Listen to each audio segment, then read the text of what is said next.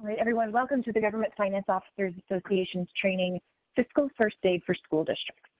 This webinar is approximately 1 hour in length and worth 1 continuing professional education credit based on a 50-minute hour. All participants' connections have been muted to prevent background noise.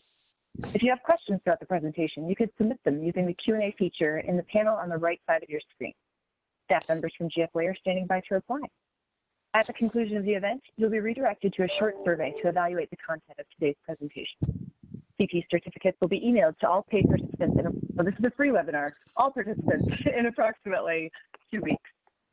Matt, I'll hand it off to you. Sure. Thank you, Kate. Appreciate it. And thanks for all of you taking some time out of your busy schedule day to join us.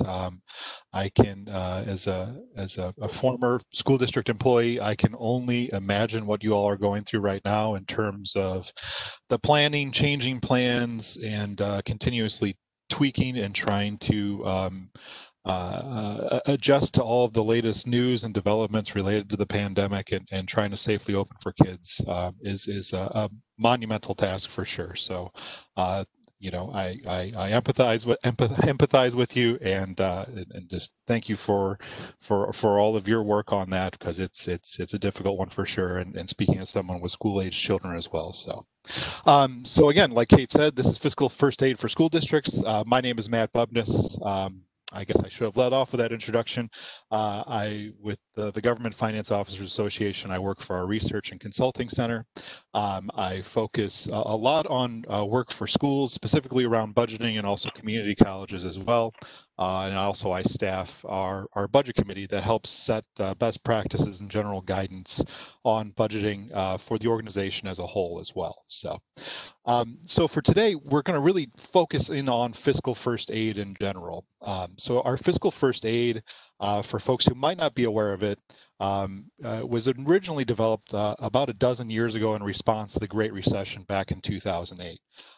What we've done since we all started working from home here over the last couple months is we quickly pivoted and refreshed and updated all of that work to think more about the challenges related to the pandemic and the resulting economic downturn that, if we're not already seeing, is pretty likely in terms of impacts on our revenues as government folks and just in general in terms of the new environment that we have to operate in.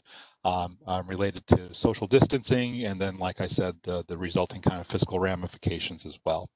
So to start off with kind of an overview of that fiscal aid framework on a more broad basis, as this was developed for all state and local governments, including school districts, there's a lot of things in there that you will hopefully find useful, or some considerations for you to take back and think more about.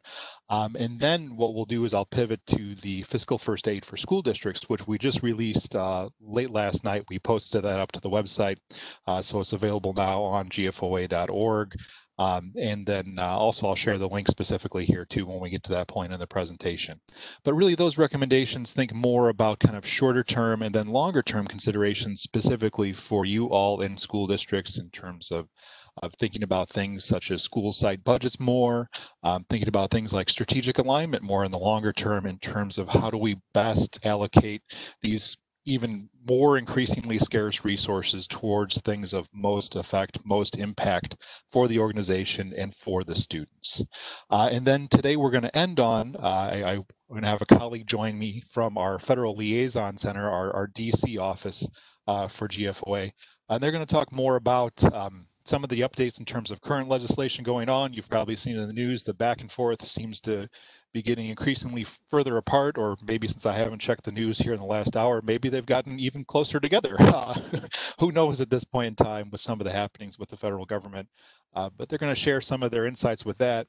And then also we have point you towards some of the other resources that we have up there that are specific to dealing with COVID-19 and the pandemic that we've compiled, and that our Federal Liaison Center has done a great job on in terms of sharing more information, and also hopefully if you're willing and ask from you all too to provide us with some information so we can best inform the federal government the challenges that are happening at school districts and all the impacts that you're facing, since some of the federal money has not exactly kept school districts in that place where they should be in terms of the important services you all provide in terms of relief money being offered. So really want to first hit on this overview of our broader fiscal first aid recommendations. So in terms of how we map this out here, we think about it in terms of 3 phases for fiscal first aid. So we think about bridging at first in terms of the immediate kind of short-term needs and pressures that happen with fiscal crises, in terms of items more like cash flow, more concerned about, just making sure the doors stay open, the lights stay on, so to speak. So how do we bridge those short-term kind of intermediate needs when things kind of hit the fan, so to speak? And then we think more about the reform aspect. What can we have in terms of discussions and conversations so we can start thinking better about, not only how we respond to this, but how do we ensure that, maybe some of those bigger impacts that we could have mitigated by better planning, by better conversations in advance, or what have you.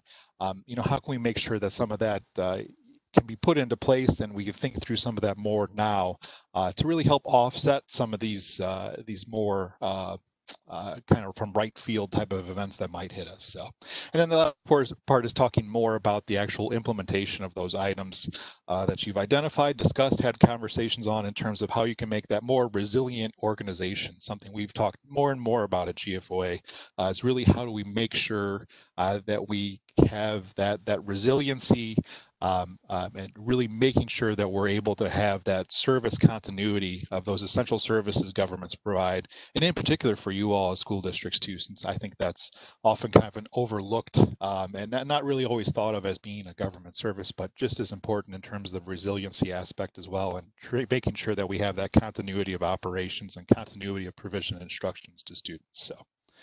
So next here is just talking a little bit more, or shows a little bit more of a graphical representation and a little more into the weeds, so to speak, of those 3 major areas. So if you look at the top of the screen there's those 3 steps or 3 phases of financial recovery that I just gave an overview of, the bridging, the reform, and the transform.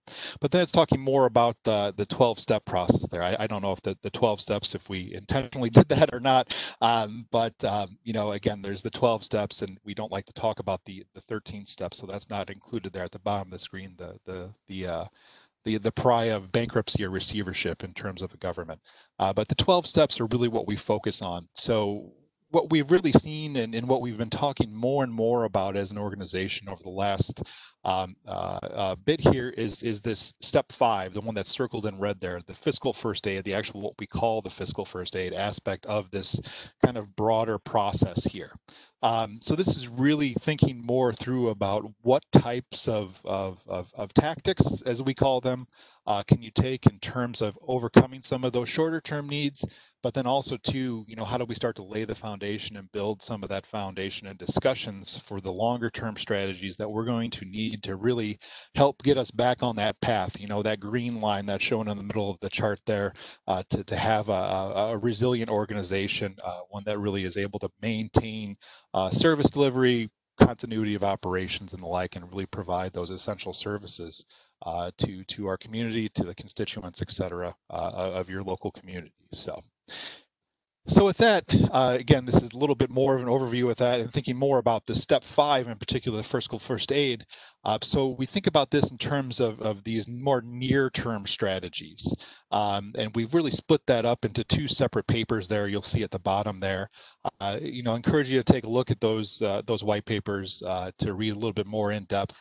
I can give you a pretty quick overview in about 5 minutes in terms of some of the resources there, some items for consideration.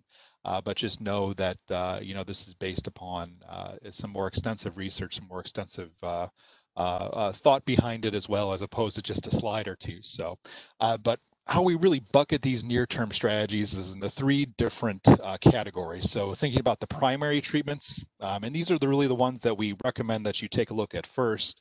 They're the more preferred, likely to be kind of the path of least resistance, so to speak. There are going to be obviously some difficulties with maybe some of the more difficult conversations that you might have to have as a part of the primary treatments. But for the most part, it's not going to be anything that's hopefully not rock the boat too much. And then we move on, we talk more about the cautionary tactics and then the extreme cautionary tactics. It's not that we don't think that you might have to utilize some of these cautionary or maybe even some of these extreme cautionary tactics to to help resolve any kind of financial shortfalls or budgetary shortfalls that you might have. It's just that there needs to be a lot more thought and consideration behind those cautionary and extreme cautionary tactics before you start to move forward and before you start to operationalize some of the recommendations that we have there. But first, before I start talking more about those primary treatments and the cautionary treatments, is thinking a little bit more about what your environment currently has. It's something we've talked more and more about as an organization in terms of our recommendations, whether you're familiar with our best practices in school budgeting or smarter school spending work or things like our financial foundations work. It's really starting to understand better what your environment looks like in terms of your specific community and making sure that you have a good understanding of that. And some of the things that we recommend, particularly with dealing with fiscal first aid, is making sure you have things like in place such as a culture of frugality, like that first bullet says there. Unless you kind of walk the talk, so to speak, are people really going to get behind recommendations that you're making as a CFO, as you're making as a financial person, if you don't practice those things yourself? If you're talking about no new office equipment for the entire organization, but somehow a new printer ends up in your shop, does that really set the proper tone for the organization in terms of getting behind some of the recommendations you make? The other thing is here, don't be penny wise and dollar foolish. If you have things that will help offset things such as maybe major capital expenses in the future now in terms of keeping up with maintenance, something you need to do, something you need to keep on top of. If there's other items that can help kind of prevent things in the future, maybe a technology purchase to offset need for filling some vacant positions or something like that, that's justifiable. Again, keeping in mind more of what the long term here is, as it says in the last bullet there. Think about the long-term consequences of the short-term actions. It's one reason why, and we'll get into this a little bit more here in a second, why we really cautioned against using things like across the board budget cuts, because you really, again, you're trying to deal with these more short-term difficulties here, but you can't completely take your eye off those longer-term needs, because it's going to be potentially detrimental in terms of trying to make some course corrections and kind of even delay recovery further for your organization. The other bullet here, and kind of the last thing I want to mention on this slide, is thinking about communicating regarding the crisis as well. You really want to make sure you get out in front of things as it relates to crises like this, in terms of making sure you provide information promptly, making sure that you're very straightforward about things, that you're not either overly gloom and doom in terms of things that are looking to maybe pan out in the future, or sugarcoat things on the flip side as well. Again, you want to be the source of truth, so to speak, for the organization in terms of this crisis, and making sure that people are fully aware of what's going on.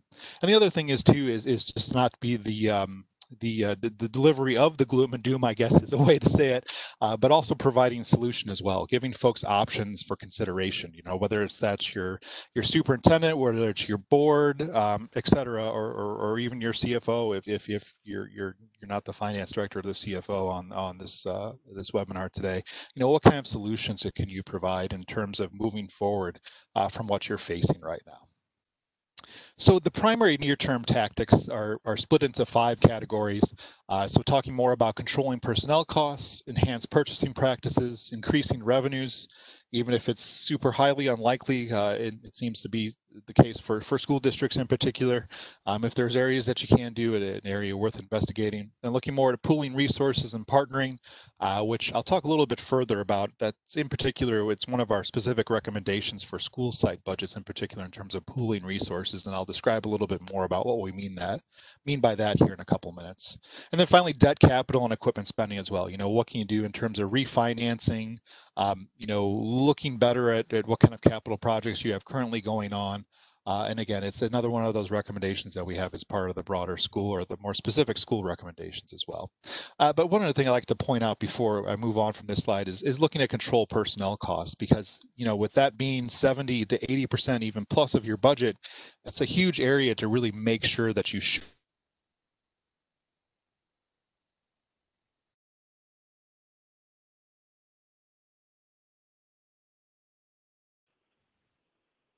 Matt, we lost your audio.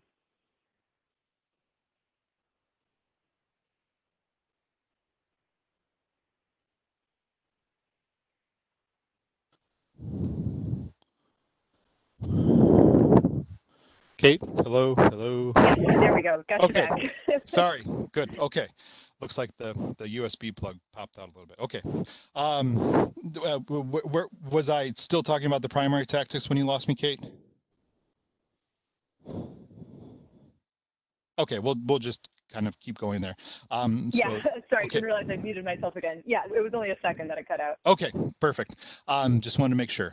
But in terms of controlling those personnel costs, again, like I said, or hopefully you heard me if my audio didn't cut out right then, with it being such a huge portion of your budget, making sure that the processes and the policies regarding how you hire staff, whether it's an essential function or not, making sure that you're doing that, but also keeping in mind too, similar to the spend to save model, that you're not filling certain high need positions, maybe because it's not a classroom teacher. What if you're trying to implement a new curriculum and you don't have a curriculum director? That's probably a much more essential function than it might just appear on paper. So the other things, we're moving on to the cautionary near-term tactics here, is again, 5 categories, somewhat similar to some of the primary tactics, but also looking at controlling personnel costs. But why we call these cautionary is think about the ramifications of things like wage freezes, reduced hours worked and paid on the morale of your staff. Is that going to cause, you to lose some good people as an organization if you move towards methodologies like that? So just something to be much more cautious of. And likewise with things like organizational strategies, across the board cuts, I've already mentioned that. You're treating everything in the organization as equal, whether it's a program that aligns well and is doing really well versus a program that's not doing so well. You're making that bad program worse, and you're making that good program maybe more marginal if you go for across the board cuts. And similar with things like reorganizations, you probably have experiences in your past. The promised savings from a reorganization, often don't materialize out to the same effect as what's hoping for. The other thing here is think about sourcing strategies as well. I'll talk a little bit more about outsourcing specifically for schools. But again, we're not saying that either outsourcing, insourcing, or divesting that's like listed up there are necessarily or bad things. They just need to have much more consideration and care before you move forward with implementation of those. Here's 2 other categories of cautionary near-term tactics as well, talking more about the capital side as well. Again, refinancing debt is one thing, but when you talk more about restructuring and maybe extending maturities, and the like, you're really kind of exacerbating the problem there. And then enhancing revenues as well. Again, more of a secondary consideration for school districts, but if you're interested, you can see more of that in terms of our paper that's up online that I mentioned earlier. So, and finally, some of these extreme caution near-term tactics as well.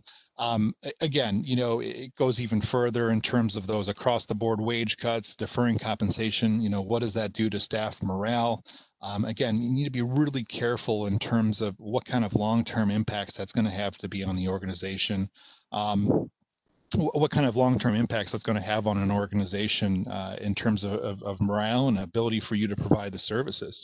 And then increasing revenues too, especially in terms of time of such a dramatic economic downturn and pressures on so many folks in terms of your local community and taxpayers, is now the time to really consider things like tax increases. That's going to have to be something that's done with very careful consideration and community engagement to make sure that it goes well or actually passes a referendum if you're in a state that requires that. So the first thing we have here is I guess we didn't announce that we need to do 3 polling questions. So the first polling question here is, which of the following best describes your biggest concern over the next month? A, trying to figure out how we are opening schools in the next few days, weeks. B, expenses related to reopening are placing a huge pressure on my budget already. C, revenue projections already look so bad is the only thing I can think about. Or D, and again, we won't tell anyone, but don't tell anyone else, but things aren't looking that bad for us right now. So we'll just take a minute or 2 here for you to fill that out, and then we'll go on for there. And again, which one best describes? And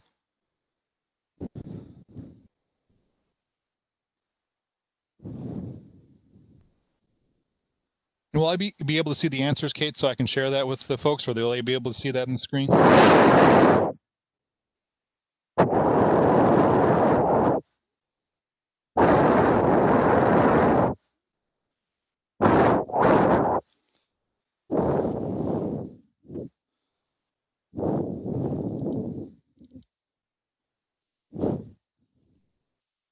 All right. Yep. There's the results. Hopefully. Yes. Sorry about that.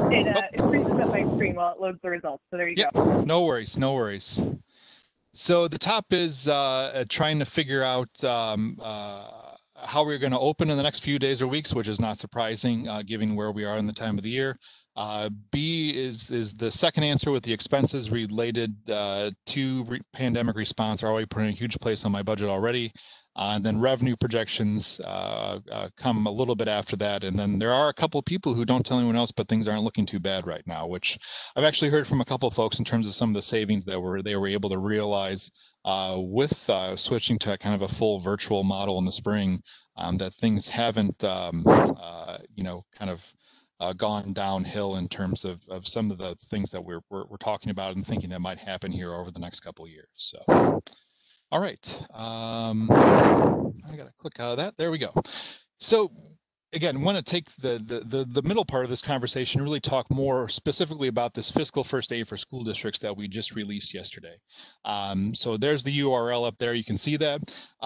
Again, we're not posing this, and this is not meant to be the end-all be-all in terms of everything that you could conceivably do as a school district in terms of overcoming the financial impacts of COVID-19. So really thinking more about, questions that we can put out there, ideas for discussion and conversations that you can bring back to your leadership team or have those conversations within your district in terms of some of these key areas that we're looking to provide some more information on. And then also it's meant to be as a way to kind of point you back towards some of our resources that are out there, whether they're best practices or some of our items from our Smarter School Spending website, some free tools and resources that we have out there that you could possibly leverage to help implement some of these needed changes and recommendations.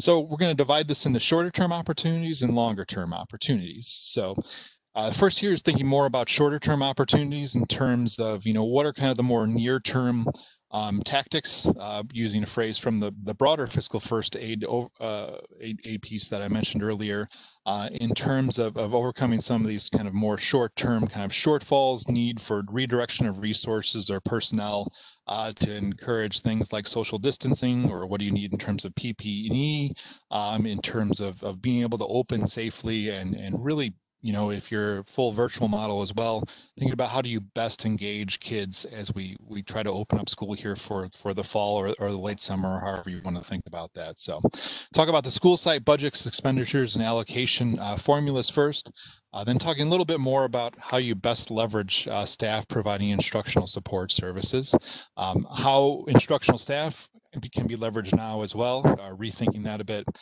How do you partner with other districts and entities? Where are some potential areas for there in terms of collaboration and encourage and sharing to really kind of overall elevate how you're able to deliver some of your instruction and respond to these times. And then finally thinking about, doing a bit of a hard pause, at least for a little while, in terms of capital expenses.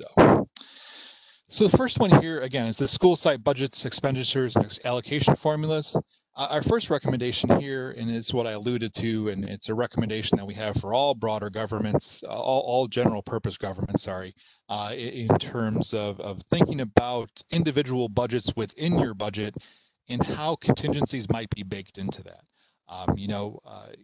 With more and more direct control of building budgets on the principal, and then, with more direct control of departments over their own budgets as well, you start to think about, even if that's just a really small contingency, like the example up on the screen there, this can turn into a pretty significant amount, right? With the example of 10 schools there, with each having a % contingency, might add up to something like $500,000, and start to ramp that up there.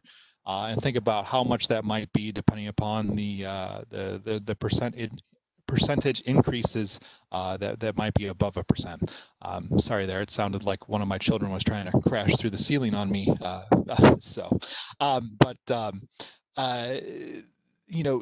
the big thing with contingency pooling here is not something that you just need to pull all those funds back on, but why are those contingencies needed by the schools? Why do they feel as though they need those? Why do the departments feel as though they need that much money set aside? Is it because of past practices in terms of things like sweeping unused funds before the end of the year?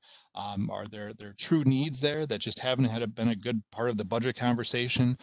And how do you, if you go to a way of having more of a central pool of contingencies, how do you have a really good and rigorous process behind how that contingency is then used, in terms of making sure it's aligned strategically for the organization, and making sure that there's a real fair shot, regardless of what school site or regardless of what department that you come from, in terms of being able to access that contingency money as well, trying to avoid that greasing the squeaky wheel type of proposition.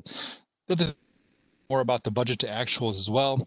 The first thing you want to do here before you kind of start having some better conversations at school sites or departments about budget monitoring, as we recommend that really is a more of a routine conversation about budgeted expenditures, as opposed to just emailing out reports and the like, is making sure that you have a good solid understanding of what the historic patterns look like as well for your organization.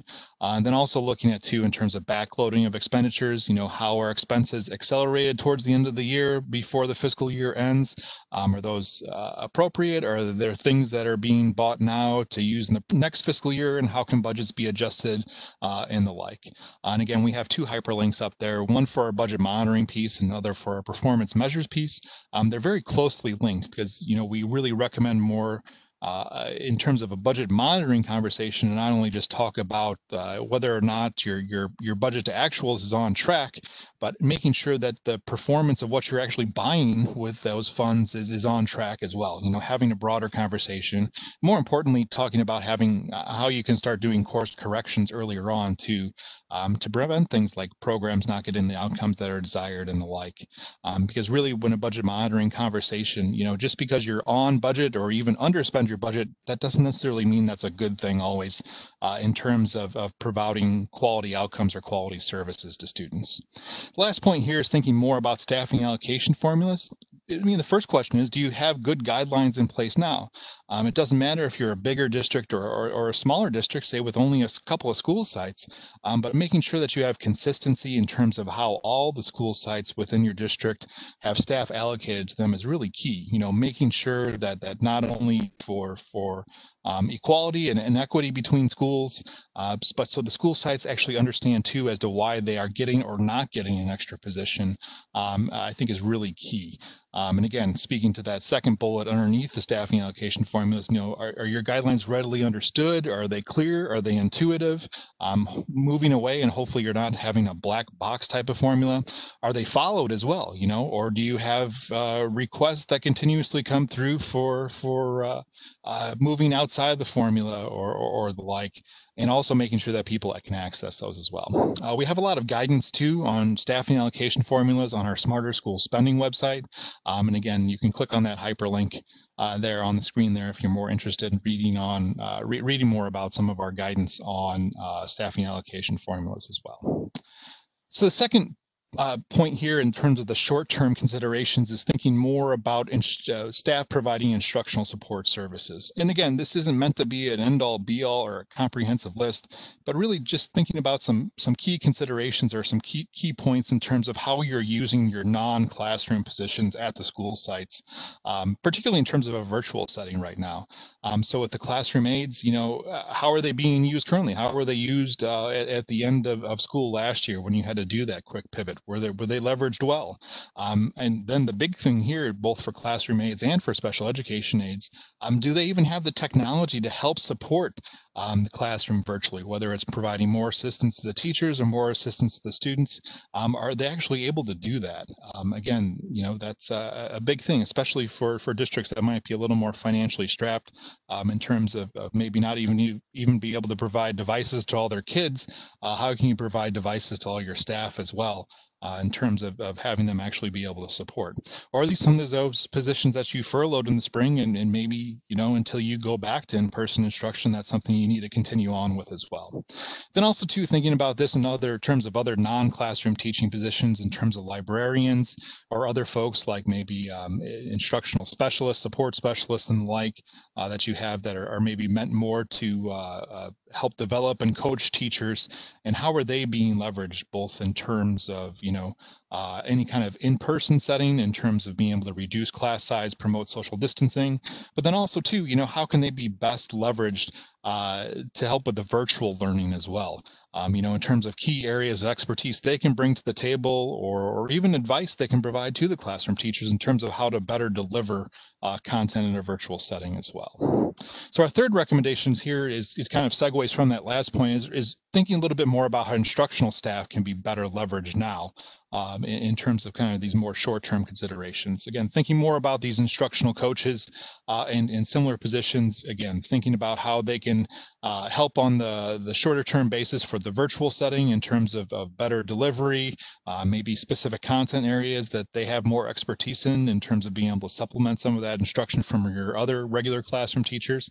And then also too, in terms of an in-person setting as well, can they be used to teach a classroom, at least on a shorter term basis until we kind of get out of the woods, so to speak, related to the pandemic, to help promote those reduced class sizes that might be needed to encourage the social distancing needs for folks who are going forward with an in-person type of model. But then also too, thinking more about the blended and the virtual openings here. Again, how can these expertises, like I've mentioned, their expertise of these types of folks be best leveraged and be able to share and help promote professional development on having to do this quick pivot to virtual learning, and really help increase the bar overall in terms of how your classroom teachers are delivering virtual learning. So again, there's a few other bullets up there too in terms of consolidation of maybe some in-person or virtual settings, and having these instructional coaches and other type of staff be better leveraged to help support that. So partnering with other districts and entities, again, another recommendation here, another thing to think about as well, is again, what can you do in terms of combining kind of your efforts, so to speak, with some of the neighboring districts that are nearby, or even some of the peer districts or folks that you talk to or know on a regular basis, just to think through things in terms of what they're doing, how they're approaching certain things, but then also even more broadly on that in terms of providing things like virtual instruction. Are there ways for you to partner and pool resources, so to speak, in terms of purchasing a certain kind of software platform, or even contracting out with somebody and having them provide some of the needs, whether it's virtual instruction or something else, and how can you partner with other folks nearby? And then also too, in terms of access to high-speed internet, it's something that's been mentioned a lot, especially in terms of more rural and poor communities as well, in terms of making sure, since this is the kind of the key crucial point to effective virtual learning, is actually having the access to be able to view that virtual learning through high-speed internet. But what can you do as districts and local communities, and kind of more broadly, to lobby and push for vendors to provide some of that access or purchase some of that access for folks who might not be able to afford that in your community, to reach all of your students and do so in an equitable type of format. So other organizations, so thinking too in terms of what kind of facility needs you might have in terms of if you're going back to in-person. Are there park districts nearby that have facilities that you can use and leverage to put kids in and space kids further out if need be? Same with any other kind of municipal facilities nearby that you might be able to access, that could be leveraged and especially be leveraged on a low cost type of means for these kind of shorter term periods where we might need more space. So thinking also about risk management issues as well. Keep hearing more in the news about requirement of waivers and the like. What can you do in terms of partnering and talking more about with your municipal body that's nearby, or even other school districts nearby, in terms of how they're approaching some of that? Again, so you can be thought partners and really think through some of this stuff together.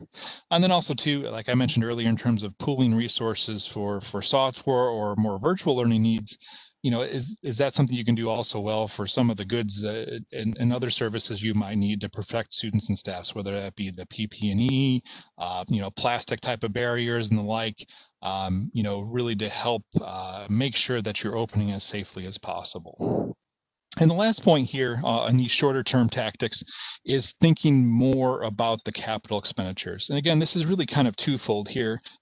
Primarily in terms of the short term, if you have some cash flow issues, if you're doing a lot of capital projects on a pay-go type of basis, that's something probably that's pretty easy to kind of put a pause on to help with some of those needs. And kind of take a hard look and at your cash flow and make sure that things are still going to stay above water while things might be starting to move a little more negative here in terms of some of the revenue estimates that you're getting or some of the revenue that's coming in.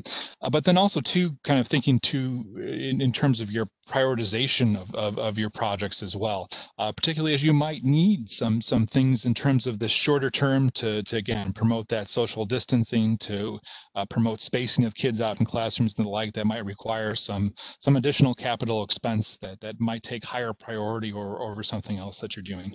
And then maybe too, this is something that maybe you could use as a bit of an opportunity, so to speak, to even further catch up on some of those deferred maintenance needs if it's not getting in the way of your staff and folks making sure that the building is safe for folks to social distance when you do go back to an in-person setting, in terms of more minor repairs, painting, and all the other kind of stuff where you usually maybe only have that opportunity of 3 or 4 months or maybe 3 months over the summer to complete. You now have more of an extended period of time to maybe move forward with some of that.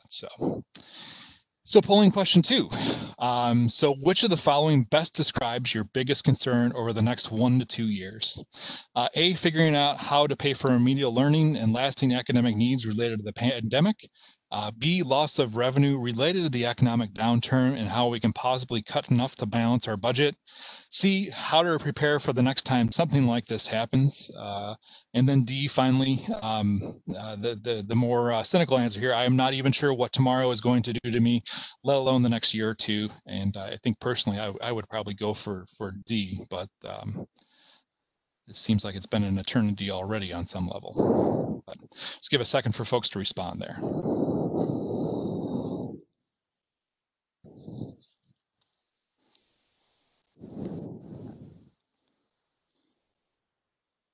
All right, we closed the poll and I'll just wait for the answers to pop up here so I can share with you.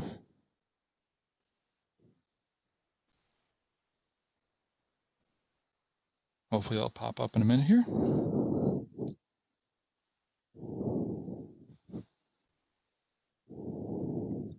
All right, here we go. Most folks responded B, loss of revenue related to the downturn and how we can possibly cut enough to balance our budgets. And then behind that was, I'm not even sure what tomorrow is going to do to me, let alone the next year or two, which I agree and wholeheartedly back that answer as well. So, and then the last 2 were the answers A and C there.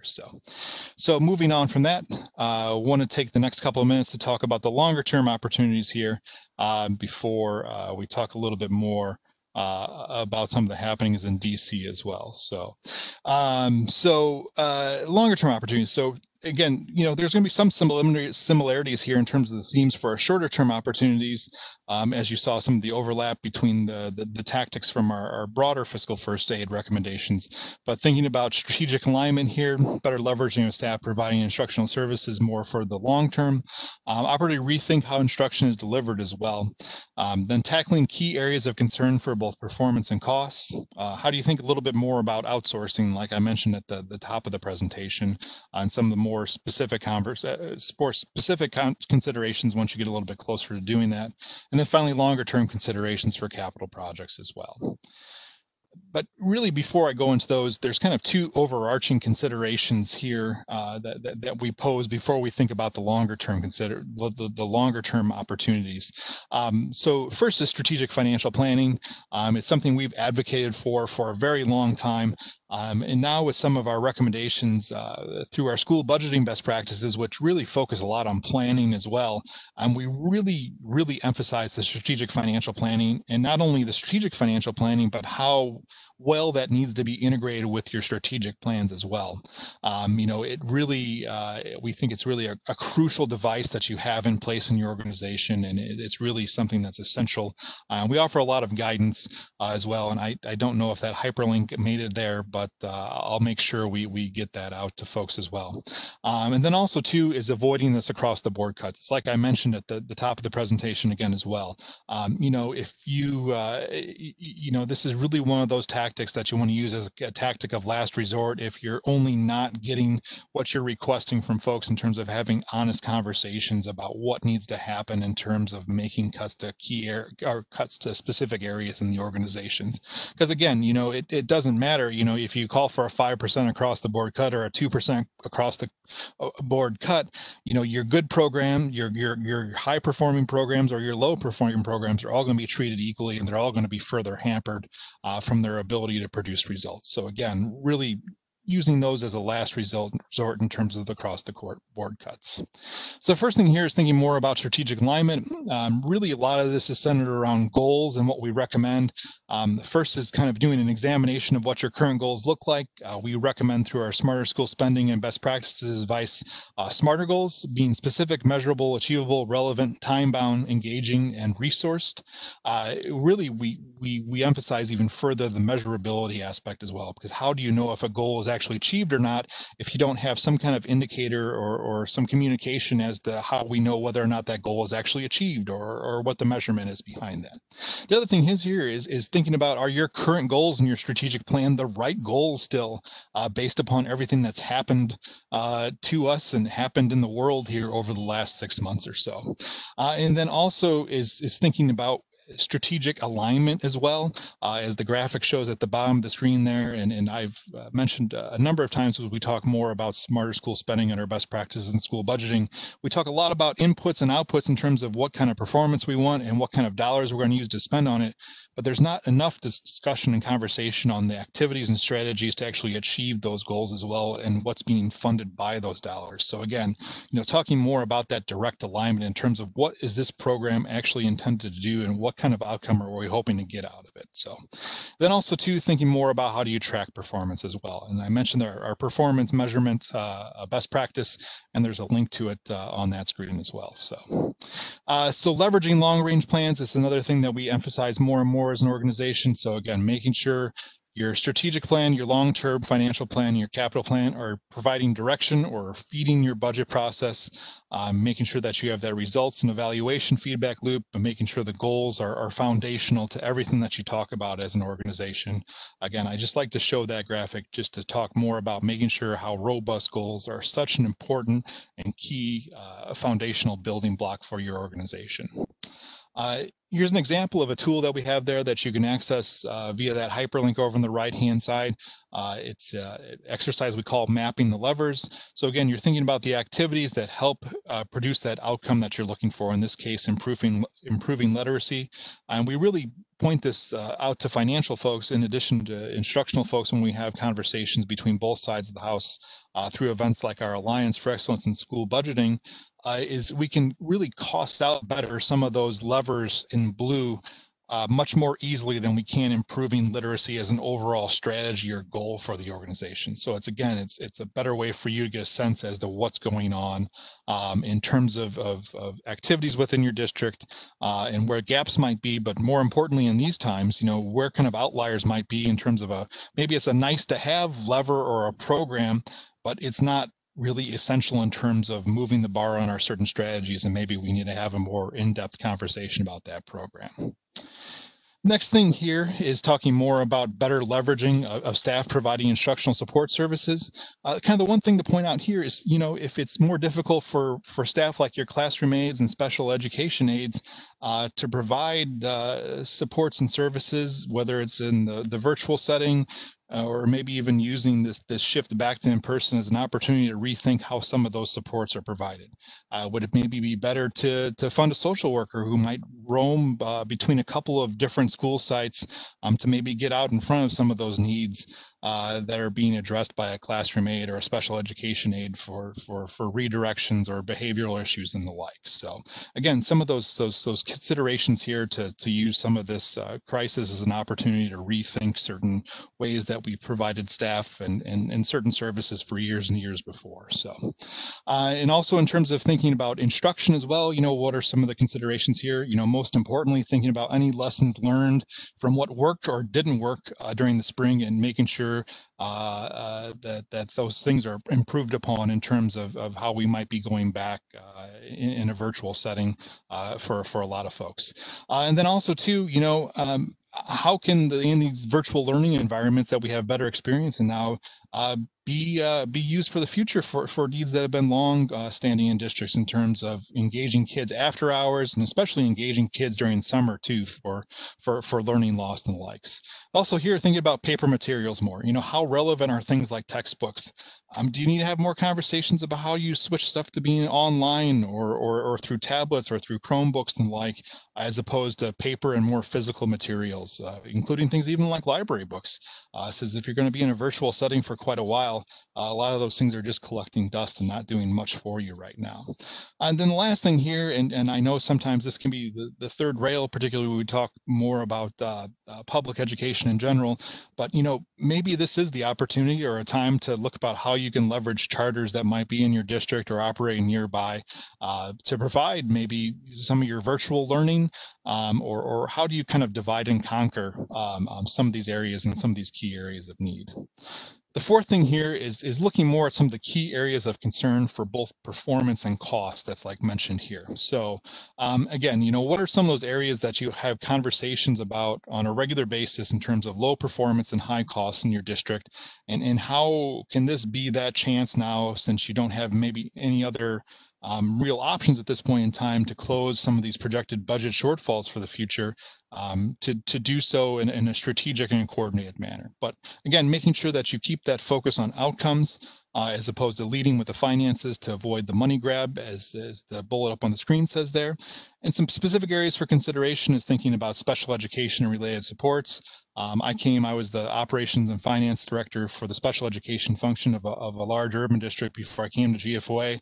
And I know there's a lot of things in there that aren't really always fully known in terms of cost ramifications down the road. And how do you have some of those conversations, specifically special education, in terms of getting better outcomes and better provision of services to those students who really have significant needs, and really making sure that you're providing the best absolute supports and education possible for them. And also too, thinking about professional development to make sure that's effective, it's aligned with district needs, and it's strategic as well. It's aligned with what you're trying to accomplish as an organization, to making sure that you're moving the bar on all levels, including professional development, in the right direction. Outsourcing of core functions, I think the big point here is, take a measured approach. That's really the key recommendation, the key advice and we offer in terms of outsourcing of any kind, whether it's for schools, municipalities, or the like. You really need to make sure that you can carefully plan, and that's why we think this is more of a long-term consideration. Outsourcing is not the place you should be going. Your short-term needs, a kind of a knee-jerk reaction to any kind of shortfalls that you might have. Again, you really need to make sure that you have good engagement around it. That loss of direct control over the service provision, like the bullet says there, that's really a key thing that needs to be taken into account. But then also things too, if you do go with outsourcing, making sure that you structure the contracts appropriately to account for any service level deficiencies. Then also too, and most pertinently for our times, if there's a reduction or stoppage in the need for the service, does the contract account for that, and making sure that you're protected as the like. And a fiscal impact study is one of the big things that we recommend, and you can see the link up to our best practice that will provide you with some more details there as well. So additional resources related to costs as well, if you're interested. We have a cost savings ideal on our Smarter School Spending website, which is a great kind of conversation starter for senior leadership folks. And if you're interested in concepts like academic return on investment, we have a great white paper out there that you can see the cover of, and that you can download from gfoa.org from that link there. And then the last, for the long-term considerations, is thinking more about the capital projects. What are the pressures related to affordability in terms of your longer-term needs as a district? What are considerations as well in terms of what does this look for design of buildings, and also thinking too about how you might do any retrofits for the future as well. Is it is like we mentioned in the paper, is it more of an ADA type of model where if you're making renovations to a building, you make some of these adjustments to account for maybe future needs for social distancing in the future, or what do you do? Or do you think this is such a rare occurrence that it's not really something that's built into that? Or is it something that's such a low cost proposition that you can do it? Again, having these conversations now is really a big thing. And then also too, thinking about, what you can do in terms of high speed internet as well, both in terms of Wi-Fi capabilities within the buildings, since you might need kids spaced out more and using hallways and other kinds of common areas more, where they might need to hook into Wi-Fi. And then also, like I mentioned earlier, in terms of access to high-speed internet while kids are at home doing virtual learning, especially with those coming from families in need who might not have the ability to access or purchase high-speed internet. The last thing here that I'll end on this section is thinking about impacts on enrollment as well. So, thinking about what kind of shift in population you might experience of this, especially from maybe more crowded urban environments as people look for larger houses and yards and the like, since we've all been cooped up together with our families for so long, we feel as though we need some space. So for the urbans, this might mean, some loss in enrollment, and what does that mean in terms of your facility needs, and what does this mean in terms of your revenue? But for maybe districts where you do have a little bit more space, are you expecting a little bit of a wave of folks to come in, possibly as a result of this, and what does that mean? And then also too, thinking about the shorter term impacts, if you have charters or private schools operating within your district and they decide to maybe use a different model that might be more preferable for parents, what does that mean in terms of your enrollment and maybe some revenue impacts related to that as well? So here's our polling question 3, and then once we come back from that, we'll hopefully the federal folks are on the line and they can talk to a little bit more about what's going on in DC. So which of the following best describes your district's current stance and or need related to any federal funding assistance for COVID-19 impacts? A, we won't be able to survive without. B, it is nice to have, but we can manage without. We aren't counting on the federal government for anything. Or D, even if we do receive, it will likely have too many strings attached to utilize well. Hey, Matt, just so you know, this is Mike Bellarmino, so I'm on. Excellent. Hopefully I gave you enough time, Mike. Yeah.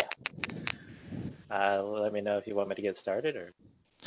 Yeah, let's just let the results, I think it'll close the poll here in a second, and then I'll convey those, and then I'll turn it over to you. Perfect. Okay, the poll is ending. Now the answers are popping up.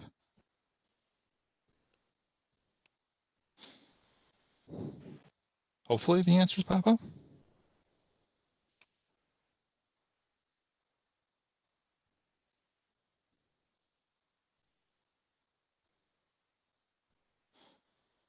Oh, here we go. So the top answer is A, we won't be able to survive without.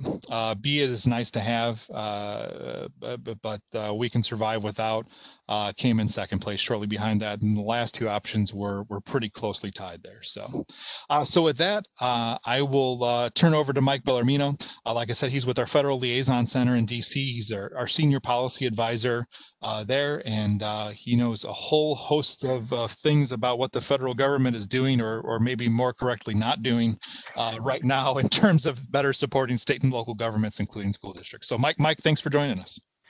Thanks, Matt. And I wish I was joining under better circumstances where I can actually provide good news on the tail end of a webinar on a Friday afternoon. But Matt just asked us, and thanks for having us, but just wanted to take a couple quick minutes to let you all know where we are on things as we hit almost 3 o'clock Eastern time here in Washington, D.C. As many of you know, there have been discussions ongoing on a 4th coronavirus relief package. And unfortunately, where we are right now, we have a bill in each chamber. So we have the HEROES Act in the House and we have the HEALS Act in the Senate. Both generally provide a number of priorities for both sides as it relates to responding to the coronavirus pandemic. As it relates to education, both also do include education funding. However, right now, as of, like I said, nearly 3 o'clock on a Friday afternoon, they are attempting one more meeting to try to negotiate a deal. And this is between folks like Senators Schumer, House Speaker Pelosi, as well as the White House. You've got Mark Meadows and Steve Mnuchin in there trying to negotiate a package. Unfortunately, this week, some of the big sticking points are the total price tag, where they want to land on unemployment assistance, as well as the additional funding for state and local aid. Those are certainly some of the bigger sticking points that have been holding things up. And I wish I could, again, I wish I could say that there was good news, but it does still seem like they're fairly far apart. And even from the educational funding standpoint, while they did, like I said, while both did provide some funding, the Senate bill still contains that provision where essentially well over a third of the funding is going to be reserved for those who fully reopen for in-person learning. And so we also know that's a fairly large sticking point that would need to be negotiated. Another point that I wanted to note is technically both chambers have already adjourned for the August recess. So both sides would, the Hill would need to come back for a vote if they do manage to reach a deal this week. If they don't reach a deal, if at the end of the talks today, there's no deal, we are expecting the White House to try to move forward with a few executive orders where they're essentially going to try to tackle some of the issues like the unemployment assistance, cutting a payroll tax, as well as extending the eviction protection, many of which would be ending, or the eviction protection certainly will be ending. So right now, like I said, I wish my crystal ball has been broken for a while now. So we're not too optimistic that they will actually reach a deal. And so if they don't today, again, we can expect the White House to put together some executive orders tomorrow, and even those will likely be challenged. And then we may be looking not until September before they actually try to restart some negotiations on a relief package. But if you get to September, we've already got the calendar jammed with the FY 2021 appropriations process, as well as the surface transportation reauthorization. So not a whole lot of good news on that end. So that's kind of where we are, and then wanted to make sure that you all know and check out the coronavirus relief page that or the response page that we have up on the GFOA website. It's funny, I know some of you picked the answer that even if you do receive funding, there will be too many strings attached, and that's certainly what we're finding with the coronavirus relief fund. On top of that, not getting guidance and FAQs answered out at a reasonable rate. The other thing is, like I said, we're not too optimistic that we're going to reach a deal. So we're certainly trying to collect data, and we're going to continue to make the case that the assistance is still needed. So I believe the link is up there for the survey. So pretty much what it says: help us help you. We certainly want to hear from you. We have heard anecdotally, but we certainly want to continue to make that case even throughout the month of August. And that's certainly something that you all can continue to do as well. We'll be putting up in the next week or so just a August recess toolkit, where we'll put some links so you can find the office contact information for your respective delegations, and just continue to hammer them over the August recess when technically they're back at home in their districts and then their home states. So Matt, I know that was a lot that I kind of just shoved in there, so I really appreciate the time. Yeah, no, yeah, thanks, Mike, for joining us. And sorry if I cut you short a little bit on time there. And thank you for all the uplifting definitives too on the close of our Friday. So, but. Yeah. So just wanted to share just another last slide or two here. So here's links to all of our, not all of them, but the majority of the major fiscal first aid pieces that we have out there. So they're balancing the budget in bad times, parts 1 and 2, fiscal first aid for the procurement office, cash is king, and how to eliminate paper and save time and money. So some white papers for you that if you're looking for ideas in any of those areas. Some upcoming events and webinars you might have seen next, I believe it's Wednesday, August 12th. So we're going to have a roundtable with a number of CFOs, including the CFOs from Broward County Schools, Atlanta Public Schools, Boulder Valley Schools, North Shore School District just outside of Chicago, and then Upper Moreland Township Schools, a suburban Philadelphia school district as well, in addition to a Dallas suburban school district. Just to share more about a chance to ask some questions and answers from them, share, commiserate, we'll roll out the couch if you'd like to join that free webinar. And then we have a super low cost webinar on the 18th. It's going to be led by Education Resource Strategies out of Boston. Really interesting firm's done a lot of great work over the years. If you're familiar with budget hold'em cards, they're with the originators of that. And they have the CFOs from Denver Public Schools and Tulsa Public Schools talking more about communication. So I think that'll be a great webinar. Charging, I think, $35 for members, so pretty cheap on that too. So school budgeting best practices virtual readiness is our first virtual offering for school budgeting. It's similar to our 2-day training class if you had seen that on the calendar before, but now we're doing it virtually. And then the last thing here, we have the Alliance for Excellence in School Budgeting, which is our it's in the 6th year, so it's no longer so much an early adopter group, but it's a group of 100 districts who have been a part of it at some point in time over the last 5 to 6 years, working together as senior leadership groups to have better budgeting and planning processes. So would love to have you a part of that if you'd like, and we're doing that virtually for the first time this year on the dates that are listed up there, the November 6th, 10th, and 13th. And then finally, here's links to some of those resources that I had mentioned. And of course, if you have any questions, there's my email. Love to hear from you. If there's anything you think we can do for you, or if there's any stories you'd like to share, you know, we're here to support you as best as we possibly can, and appreciate the really difficult work you're doing, and essential work that you're doing for our kids and our students. And thank you for your time on this Friday afternoon. And I'm sure you would probably echo my sentiments, as I did not think a year ago that I'd be sitting in my my basement in shorts doing a webinar online. So, but anyways, have a good weekend. Hopefully you get some time off. And best of luck with opening, and best of luck if you have opened, that things continue to go well and as best as they can. So take care.